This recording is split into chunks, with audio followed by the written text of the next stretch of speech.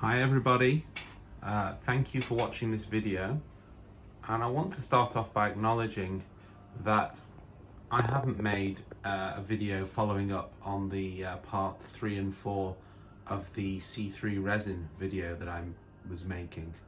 I wanted to follow up and check the nitrate levels, and I never got around to it, and to be honest I forgot.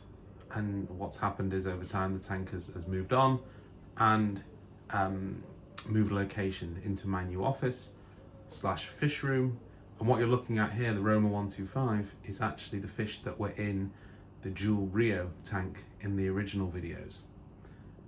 Same filter, same media, same sponges, just sand instead of gravel, but pretty much the same fish. Few additions, I've moved a few things around, added some plants, and yeah.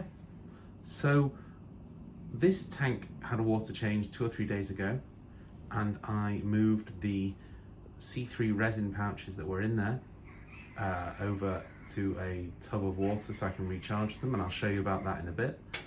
But actually I added some other resin pouches, also C3, that basically I use in rotation. So I use 2 in the filter and keep 2 charged ready to go and swap them around at water changes. So what I'm going to do today is do a water test just to show you that the nitrate levels are still low, if not almost non-existent, and you can see everything's flourishing. And yeah, so I have here the water sample ready to take. This is just tank water, nothing added.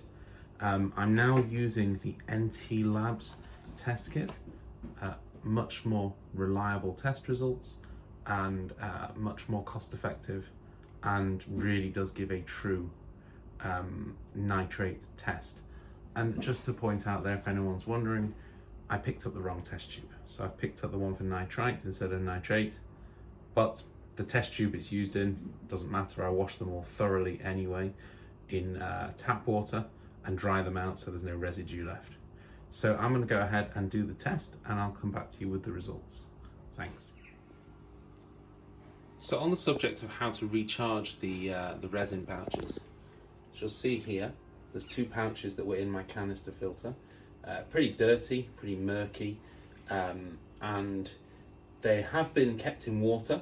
I just took them out for the purpose of this video. You must always keep them wet so that they don't dry out and fail.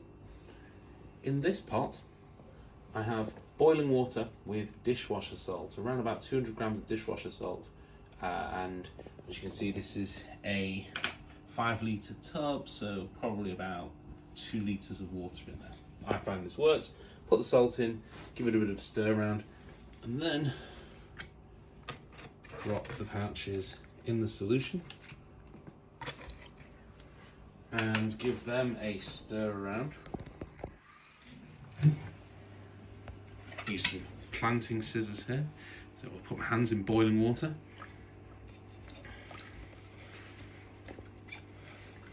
And what we're looking for is that after 24 hours, this water will be brown, like dark brown. You can see it's starting to go a light sort of colour similar to a beer or an apple juice, but we're looking for a really strong brewed cup of tea. I'm going to leave that, no lid, just leave it to sit for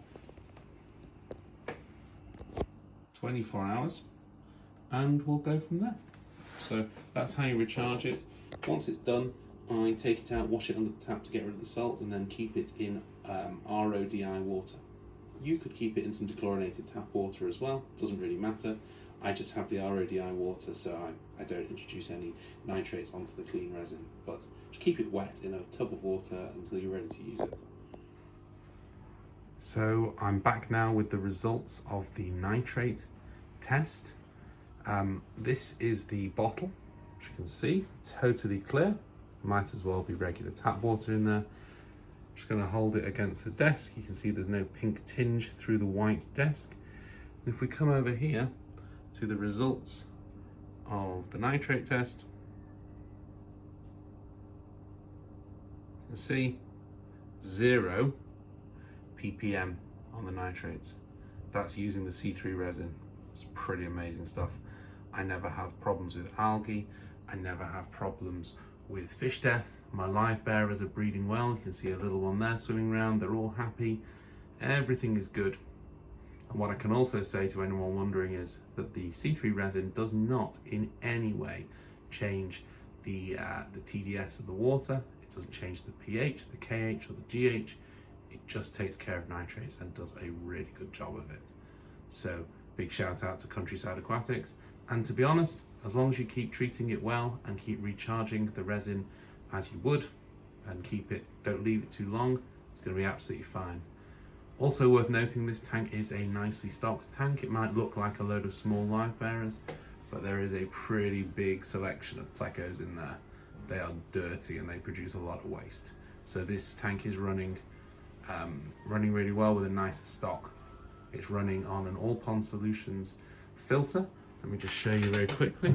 Can't see much, but there's the All Pond Solutions filter in the really dirty under cabinets that I've got.